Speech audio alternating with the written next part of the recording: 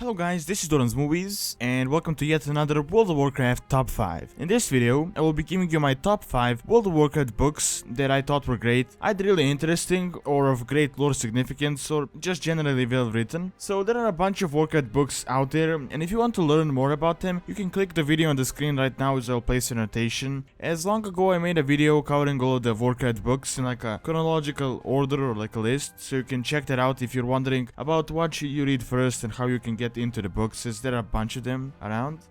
And as I said in this video, I will be giving you my top 5 WoW books that I thought were awesome, and if you think something should have been added, feel free to leave your top 5 books in the description below. So without further ado, let's just get into the list. Number 5. Day of the Dragon. Written by Richard A. Neck, the novel goes into the story of the Dragon Queen Alexstrasza and Ronin's mission of freeing her. Now, significance-wise, it is an important book, as this book covers like the story of the Demon Soul and how it ended, and also the dragon aspect being freed, but it isn't like the most important book that covered like a pivotal storyline in the entire universe. I recently bought the book in paperback edition, and I think it is a lot of fun, as you're sort of following Ronin on his great adventure as he ventures into the Orcish lands, and then tries to free the dragon aspect Alexstrasza, who was captured under Deathwing under his like manipulation. A lot of important characters are here as well, such as Falstad, Veressa Windrunner, and pretty much all the dragon aspects such as Alexstrasza, Malygos, Nozdormu, Ysera, and Deathwing. All in all, a pretty cool story, and I definitely think you should read this book.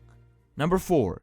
War Crimes. Written by Christie Golden, this book is more of a bridge type of a book, as it pretty much wraps up Mists of Pandaria and gets us into Warlords of Draenor. Now, the book itself is really well written and interesting, but the reason it's not number 1 is mostly because it's kinda static, since most of the plot is in the courtroom. I mean, of course, I know the point of the book isn't supposed to be like this crazy adventure. I know it's supposed to cover the entire trial thing, but what makes it really great is that it includes a lot of stories from the past and quite a lot of very important characters as they testify against Garrosh Hellscream. Now, the book itself explains how the entire Warlords of Draenor thing happens, so if you're kinda confused about the entire alternate universe thing, you should definitely read up on the book.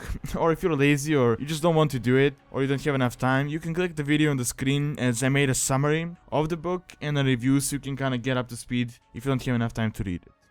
Number 3. Rise of the Horde. Also written by Christie Golden, this book features the events before the First War and pretty much explains how the initial Horde was formed and what exactly happens, which I think is quite relevant, especially now, since I feel like you should know what actually happened like in the real stories, so you can understand the alternate universe ones, so you can kinda compare them. And the book itself depicts the noble Orcish clans who were in peace with the Draenei on Draenor, who were chased by the Burning Legion for thousands of years, and again they were found. Like, they were found before, but this time they were like finally found. Now, the Legion took a different approach, because before they just attacked them and then they escaped, but the Legion kind of figured it out and they realized they can manipulate the orcs and then made them fight for them, thus completely destroying the Draenei and only like 10% of them remaining. Pretty much all of their settlements were destroyed, although later some of them were rebuilt. I personally think this is a really good book, as it explains kind of what happened before the initial story, which is Warcraft 1 Orcs and Humans, and you definitely should read this one. Number 2. The Shattering.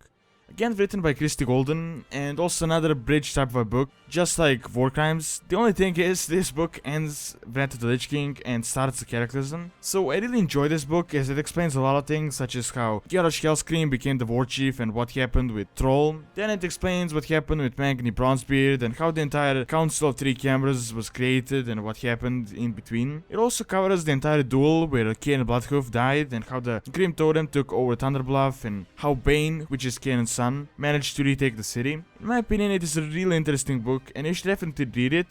And again, just like War Crimes, I have like a summary thing, although keep in mind that it's kind of an old video, so it might not be that great in quality.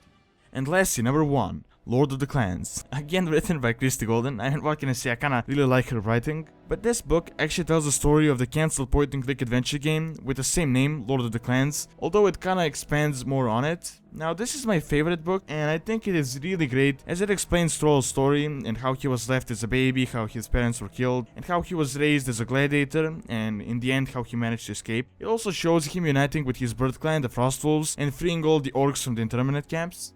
Now, even though it isn't like the most important story in the entire Warcraft universe, I still love the book because it like shows the good side of the orcs, and that not all of them are heartless killing machines, as I play an orc myself and I really like their stories and their personalities. Now, the book itself is based a bit before Warcraft 3, so if you played Warcraft 3, and you play it again, you might understand a few more things from the Orcish campaign. Alright, that is all I have for this list. I'm guessing some people will say that I should have included like War of the Ancients because that is a really important part of the story, which it is, honestly. But I personally wasn't a huge fan of the trilogy and Richard A. writing, but I guess that's just my opinion and I'm kinda entitled to my own opinion. Now, as I said, don't forget to leave your top 5 books and also leave some suggestions on what you would like to see on the channel in the next video. Also, don't forget to like, favorite and subscribe as it really helps out the channel and keeps everything going. And thanks a lot for taking your time to watch this video, and see you next time.